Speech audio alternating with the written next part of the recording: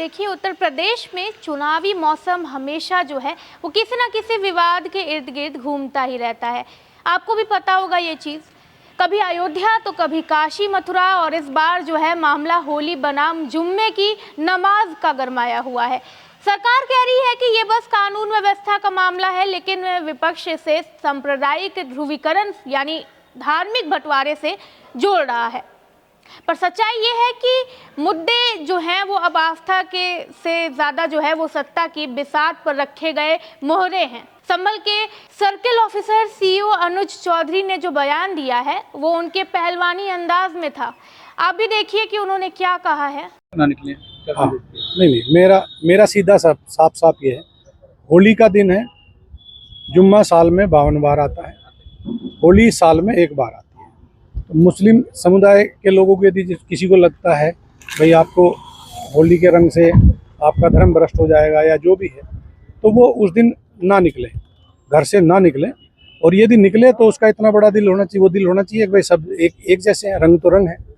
जिस तरह पूरे साल इंतजार करता है मुस्लिम पक्ष ईद का, इसी तरह से होली का भी इंतजार हिंदू पक्ष करता है। होली रंग डाल के, मिठाई खिला के, बुरा न मानो होली, इस तरह से मनाई जाती है। और ईद में भी लोग सेवैयाँ बनाते हैं, गले मिलते हैं, एक दूसरे के यहाँ जाते हैं, आते हैं, तो सेम उसी तरह का त्यौहार है। तो आप दोनों पक्षों के लिए, हिंदू मुस्लिम, आप एक दूसरे का सम्मान करें और अनावश्यक किसी पे यदि कोई निकल रहा है उस पर रंग ना डालें। ये हिंदू पक्ष के लिए भी हमने भाई, यदि कोई उससे बच रहा है तो उस पर भी रंग ना आप डालें। और यदि उस दिन होली का दिन है, सबसे बड़ी बात, वो जिसको लगता है कि रंग का वो बुरा मानेगा, तो उस दिन किसी भी हालत में अपने घर से ना निकले, अपने घर में रहे, एक दिन घर में रहे, तो उसमें शांति भी बनी रहेगी और एक मैसेज भी अच्छा रहेगा। तो बाकी सबके लिए प्रशासन, खासकर संभल में, हम कोई भी इस तरह की लापरवाही किसी भी पक्ष की बर्दाश्त नहीं करेंगे। और यदि कोई शांति व्यवस्था भंग करेगा तो उस पर सख्त कार्रवाई होगी, मजबूती से। जुम्मे की नमाज हर हफ्ते होती है, लेकिन होली साल में एक बार। जिनको परेशानी हो वो अपने घर में रहें। अब ये तो साफ है कि उनके बयान के पीछे की भावना चाहे जो भी रही हो, लेकिन शब्दों में सरकारी दबंगई की झलक जो है वो ज़रूर मिल रही है। इसलिए क्योंकि इस तरीके से कहना कि जिन लोगों को दिक्कत है वो अपने घर में ही रहें, वहीं पे जो है नमाज पढ़ें, लेकिन जुम्मे की जो नमाज है वो मस्जिद में ही होती है। मतलब जो पुरुष हैं, हर शुक्रवार जो है वो 1 से 2 बजे के बीच मस्जिद में नमाज अदा करना होता है और ये उन पर फ़र्ज़ होता है, यानी उनके लिए कंपलसरी होती है। चलिए मान लेते हैं कि महिलाएं जो हैं वो अपने घर में नमाज पढ़ लेंगी, क्योंकि महिलाओं को मस्जिद में नहीं जाना होता, यानी वो मस्जिद में नहीं जाती हैं। लेकिन अगर पुरुषों के लिए ये आदेश है उनके धर्म में, तो ये उन्हें मानना पड़ेगा ना, और हमें भी इस बात का सम्मान करना होगा। लेकिन यहाँ पे अनुज चौधरी जो हैं वो लगातार ऐसे बयान दे रहे हैं, और बार बार उन्होंने ये भी कहा है कि होली के दिन जो है कुछ लोग भांग और नशीली पदार्थ का सेवन करते हैं, तो इन लोगों के लिए होली जो है वो पूरे दिन रहती है। तो अपनी सुरक्षा जो है वो खुद ही देखनी होगी, खुद ही करनी होगी।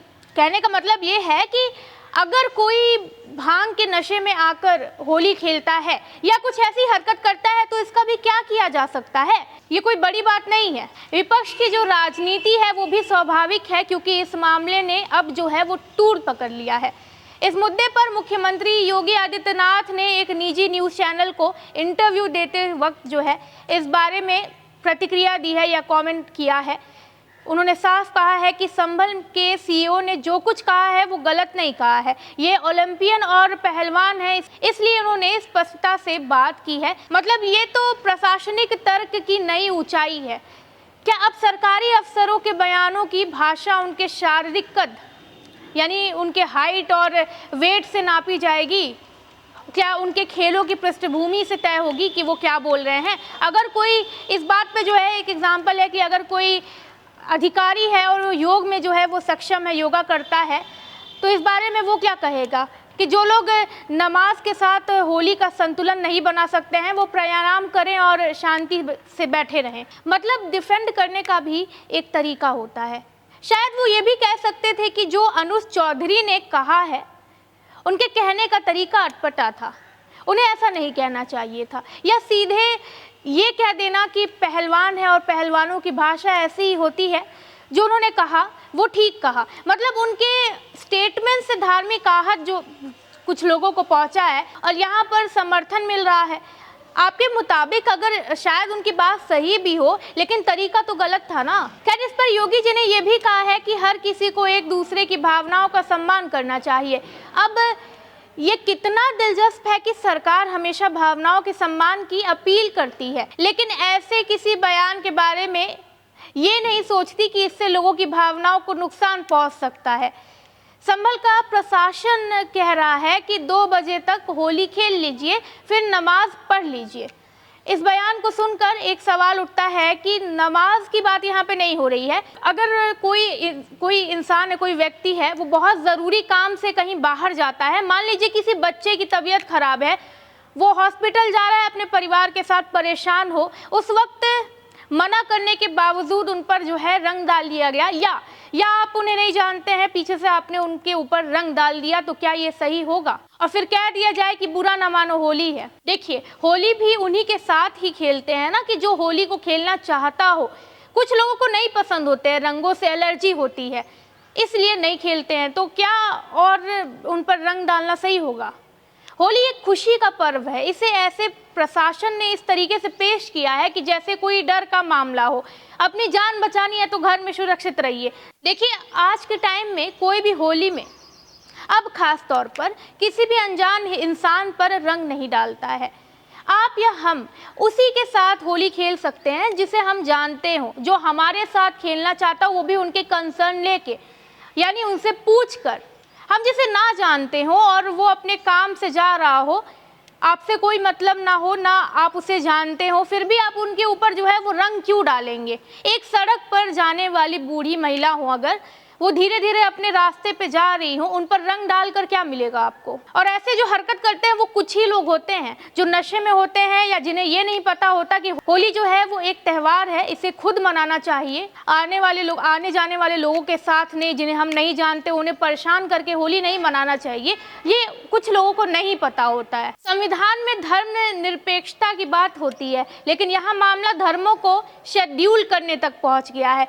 क्या अगले चुनाव तक जो है वो सरकार ये भी तय कर देगी कि कौन सा त्यौहार सुबह मनाना चाहिए, कौन सा त्यौहार जो है वो शाम को मनाना चाहिए? ये व्यवस्थागत फैसला है, तो क्या भविष्य में दीपावली के पटाखे की टाइमिंग भी प्रशासनिक आदेश से तय होगी, या फिर जो शास्त्र में लिखा है, जो कि कैलेंडर में दिया रहता है, उसके हिसाब से तय होगी? पर योगी जी ने इस पर भी साफ कहा है कि ये जो मुद्दा है वो कानून व्यवस्था से जुड़ा हुआ है, इसे राजनीतिक रंग नहीं देना चाहिए, यानी कि सरकारी फैसले निष्पक्ष होते हैं और विपक्ष की आलोचना राजनीतिक होती है। संभल के अलावा जो है योगी आदित्यनाथ ने महाकुंभ में मची भगदड़ पर भी अपनी प्रतिक्रिया दी है। 29 जनवरी को मौनी अमावस्या पर हुए हादसे में 30 श्रद्धालु मारे गए थे, लेकिन सरकार इसे छिपाने में ज़्यादा बिजी थी। योगी जी ने कहा कि प्रशासन की प्राथमिकता घायलों की मदद करना था, इसलिए मीडिया को देर से जानकारी दी गई। यानी प्रशासन मीडिया को जो है वो सच्चाई बताने से पहले जो है घायलों को संभालने में लगा था। अगर यही तर्क हर आपदा के समय लागू हो जाए तो सरकारें आपातकालीन घटनाओं को कभी सार्वजनिक रूप से जो है वो करेंगे ही नहीं। पर अब जो है इस पर विपक्ष है वो इतने आसानी से जो है वो चुप थोड़ी ना बैठेगा। वो पूछ रहे हैं कि अगर भगदड़ में कोई बड़ा प्रशासनिक फेलियर नहीं था तो फिर इतनी मौतें कैसे हो गई? पर सरकार के पास इसका भी जवाब है। यह आस्था का विषय है, इसे राजनीति से जोड़ कर ना देखे।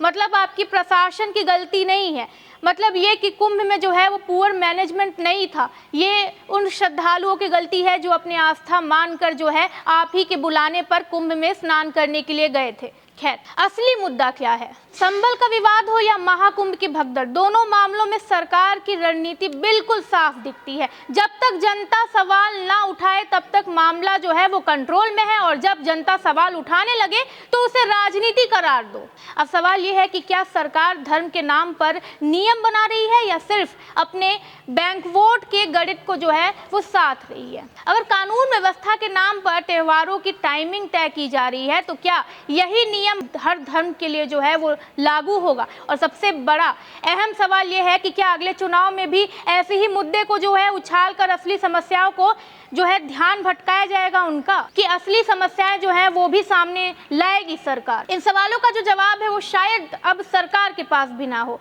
क्योंकि जब जवाब देने की बारी आती है तो सरकारी प्रवक्ता और मंत्रियों की संवैधानिक मौन साधना शुरू हो जाती है। तो फिलहाल जनता ये देख रही है कि होली रंगों की होनी चाहिए या फिर राजनीति की चालों की। आप इस बारे में क्या सोचते हैं? अपनी प्रतिक्रिया जो है वो कमेंट सेक्शन में ज़रूर दें। वीडियो को लाइक करें, चैनल को सब्सक्राइब करें। मैं हूं प्रीति, धन्यवाद।